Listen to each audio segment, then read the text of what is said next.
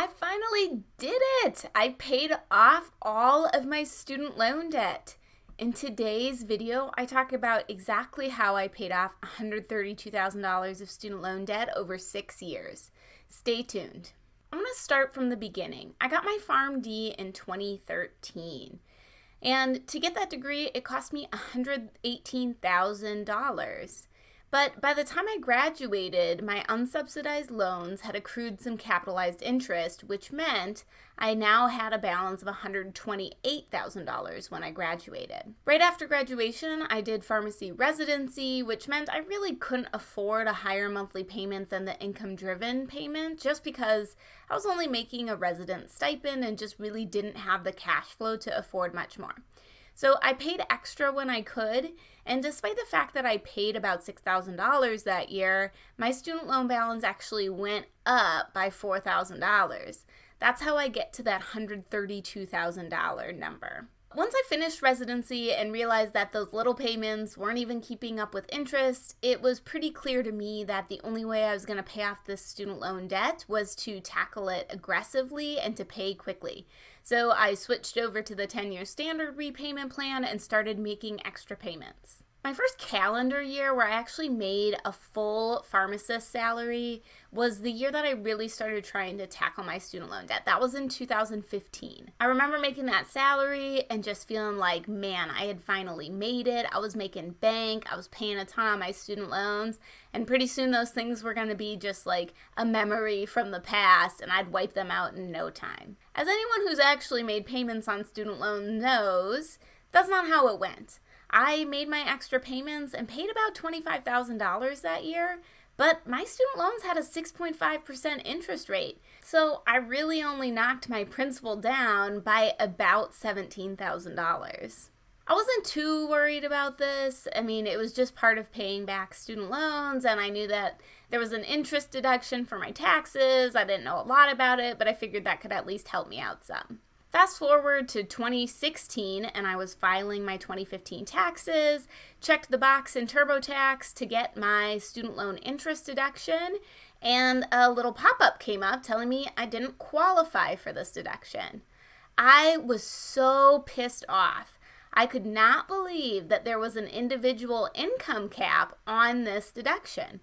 It just really made me so frustrated because the only reason I could make above the individual income cap is because I took out that student loan debt and because I had already paid taxes on my income, which I used to pay the thousands of dollars in interest on my student loans that year. I felt like the government was taking my money twice. They took it for my income tax and then they took it again for that student loan interest.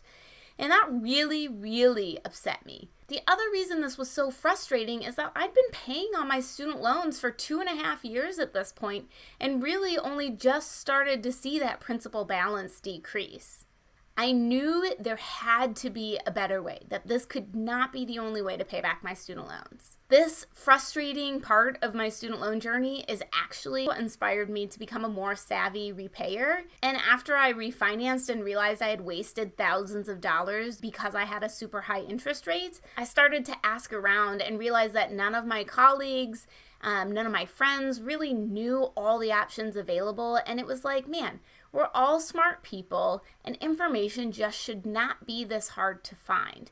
So that's when I started blogging and then eventually wrote the book Repayable so that people could get good, easy to digest, high quality information about how best to repay student loans based on their own situation. So I started to really look into refinancing. I had kind of heard about it for like homes and stuff and thought, man, there must be a way to do this for student loans. I got a bunch of rate estimates and ended up going with Earnest to refinance my loans. I picked a 3.36% variable interest rate. And the reason I went with variable instead of fixed is because it was about 1.2% lower than the fixed interest rates I was being offered. And the reality was it was pretty unlikely that that amount was ever going to go above the 6.5% that I was already paying if I did nothing.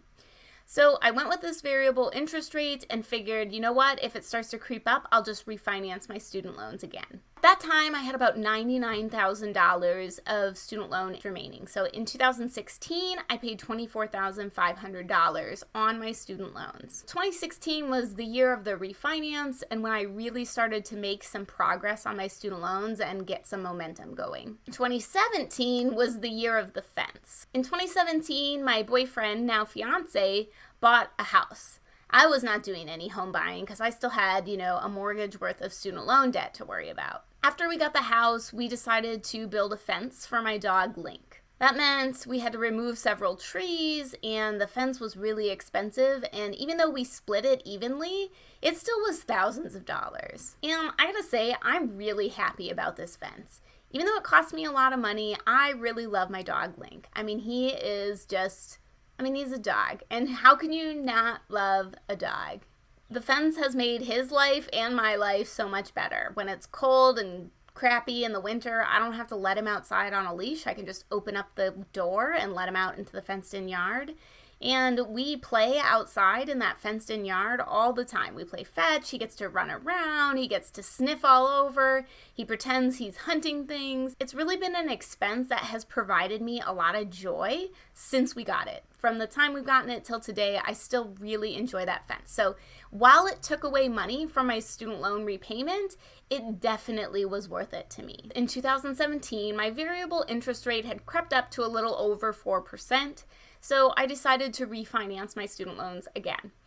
This time because I had only about $73,000 of student loan debt left and now had more assets and a slightly higher income, I was able to secure a 3.37% fixed interest rate. In 2017, with all the spending I did on the fence, I only paid about $24,000 toward my student loans. But 2018 was the year of the rally. I remember looking at my remaining student loan balance and realizing that I could get out of student loan debt before I turned 30. So I set a new goal to have my student loans fully paid off before August of this year. A few things really helped me tackle my debt in 2018. The first thing is that I got a new job and negotiated a salary increase. The second thing is that I cashed out nearly 300 hours of PTO when I left the hospital for this new job. That PTO bank helped me pay for my student loans and my upcoming wedding. So in 2018, with those big financial boosts I experienced, I paid $44,000 toward my student loan debt.